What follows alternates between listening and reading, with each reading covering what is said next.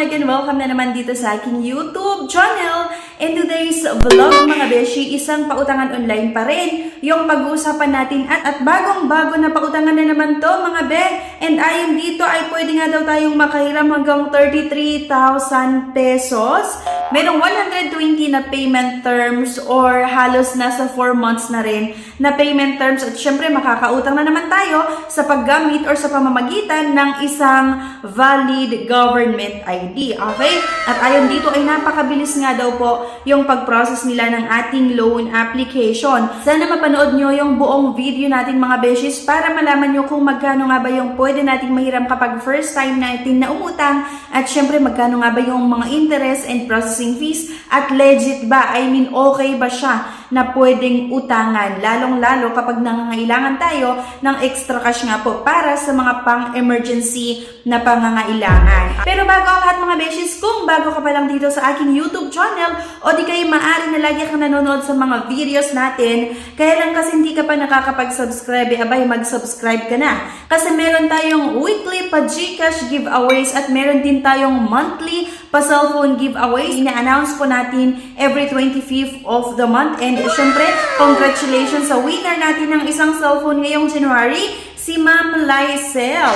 Para makasali na kayo sa ating mga pa-cellphone or cash giveaways, mag-subscribe lang kayo, manood sa ating mga videos at i-comment nyo kung ano nga ba yung mga napanood nyo sa video natin. Let's get back to the topic mga beshies. At ito nga ang pag-uusapan natin na itong si Fcash Loan. Merong 2.1 na rating. So, medyo mababa siya mga beshi. Pero tignan natin kung ano nga ba yung kaibahan nito sa ibang mga loan app in terms of interest and yung mga processing fees nga. Pwede nga daw tayong makahiram hanggang 36,000 at merong 120 days nga or 4 months na payment terms. At pwede nga tayong makautang gamit lamang ang isang valid ID kasi ang requirements nga po, halos same lang naman ng mga loan app ay isang valid ID. So itong si Fcash Loan mga beshi, same with other loan app nga na kailangan natin syempre na maglagay na naman isang valid mobile number kasi doon nga po nila isesend yung one-time password. I mean verification code, kailangan yung input dyan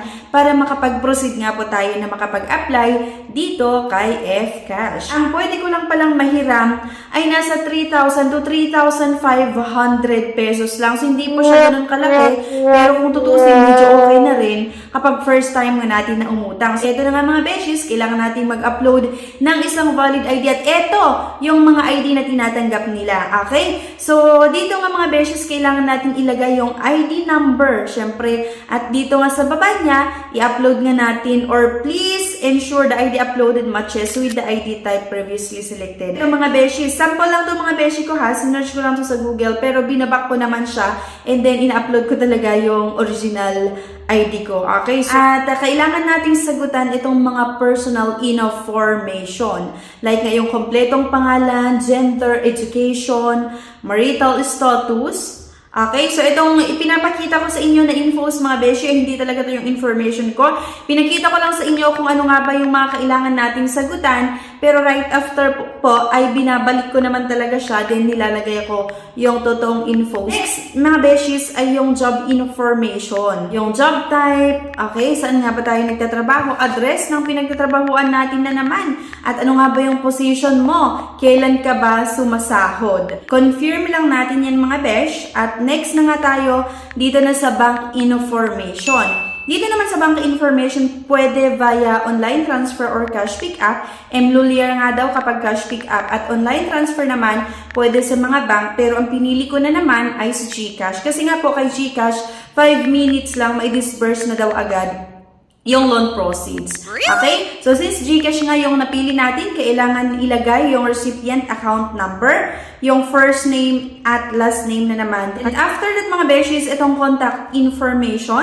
meron silang 5 na naman na hinahanap or 5 yung dapat nating mailagay na personal references. Like yung parents nyo, kapatid, kaibigan, katrabaho. Example lang din mga beses yung nilalagay natin na contact number. And ayaw ko lang din naman talaga na ilagay yung contact number ng mga kakilala ko kasi baka offeran sila ng loan and matrap pa sila sa mga ganitong pautangan online. Okay? So, alam nyo na, pag loan app kasi, medyo malaki talaga yung interest and processing fees. Pero yun nga yung i-check natin dito kung gaano nga ba kaganda or mas maganda nga ba ito compared sa ibang loan app. At kung makikita nyo mga beshies, 3,000 hanggang 6,000 pesos yung pwede kong mahiram dito.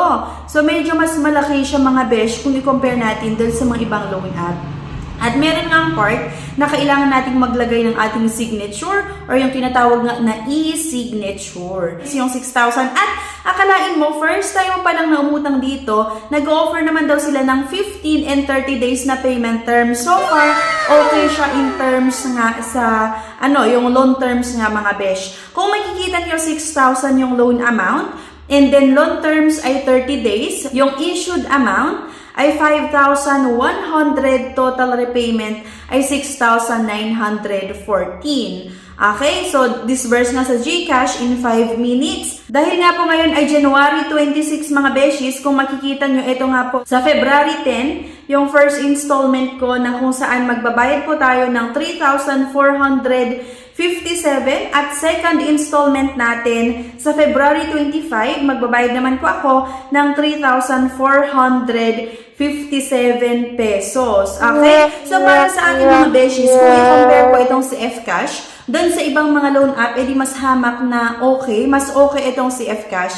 Kahit na sabihin natin na medyo mataas yung interest and processing fees niya pa rin, kaya lang kasi kung i-compare mo naman itong si Fcash doon sa mga ibang nagpapautang or yung mga loan shark, mas hamak naman na mas mababa konti yung interest and processing fee nitong si Fcash doon sa ibang mga loan app. Pero hindi ko sinasabi mga beshi ko ha, na uutang agad kayo. Ang sa akin lang kung ano nga ba yung nakikita ko in terms of interest and processing fees kung i-compare natin doon sa ibang mga loan app na nagawan ko ng honest review.